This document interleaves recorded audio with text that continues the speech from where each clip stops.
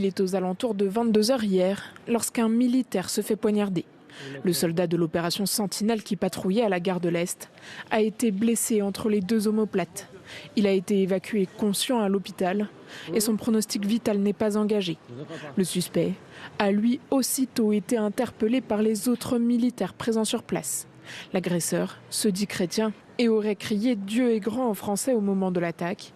Né en République démocratique du Congo, il dit avoir agi parce que des militaires tuent des personnes dans son pays. Après les faits, un périmètre de sécurité a été mis en place sur un des côtés de la gare de l'Est.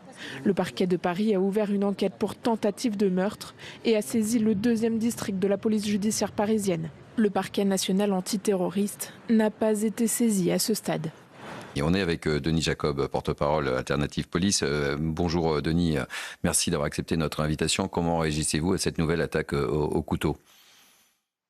Écoutez, deux choses. Tout d'abord, cela démontre que malgré le niveau de surveillance et de vigilance des forces de sécurité en France, le risque zéro n'existe pas et que donc la vigilance doit être de tous les instants, forcément des forces de sécurité, mais aussi de la population à 2 semaines des Jeux Olympiques. Et puis, ma deuxième réaction, c'est une fois de plus d'être choqué par une telle affaire où on a encore un individu qui avait des problèmes psychiatriques, qui a des problèmes psychiatriques, qui a essayé de tuer un gendarme, un militaire, pardon.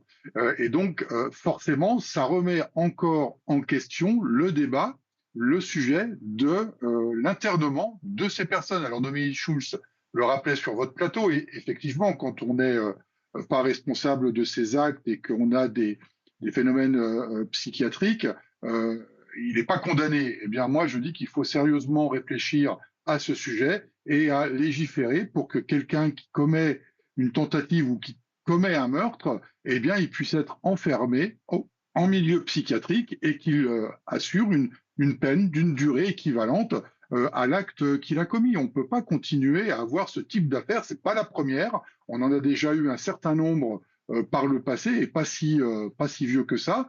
Et à chaque fois, ce sont des personnes qui avaient des problèmes psychiatriques, qui n'étaient pas enfermées, qui n'étaient pas suivies. D'ailleurs, l'AFP, je crois, a sorti une dépêche dans la matinée en précisant que cette personne n'était actuellement pas suivie pour des problèmes psychiatriques, alors que quand on a été décelé avec de tels problèmes, on devrait avoir un suivi permanent. Même s'il est en liberté, il devrait voir des médecins régulièrement. A priori, au moment où je vous parle, ce ne serait pas le cas. Alors, l'enquête le précisera, le parquet certainement réagira, mais en tous les cas, ça pose cette question de ces personnes qui restent en liberté et qui sont un vrai danger pour notre société.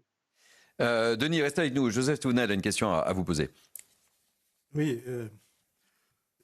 Qu'est-ce que vous proposez concrètement avec ces personnes qui ont un problème psychiatrique, qu'on ne peut pas laisser non plus enfermer à vie? Alors, à la fois, je comprends, je suis absolument d'accord avec ce que vous dites, et on n'a pas à faire courir et à la population et à nos forces de police et à nos forces armées des risques avec des gens qui sont dans la rue et qui sont visiblement dangereux.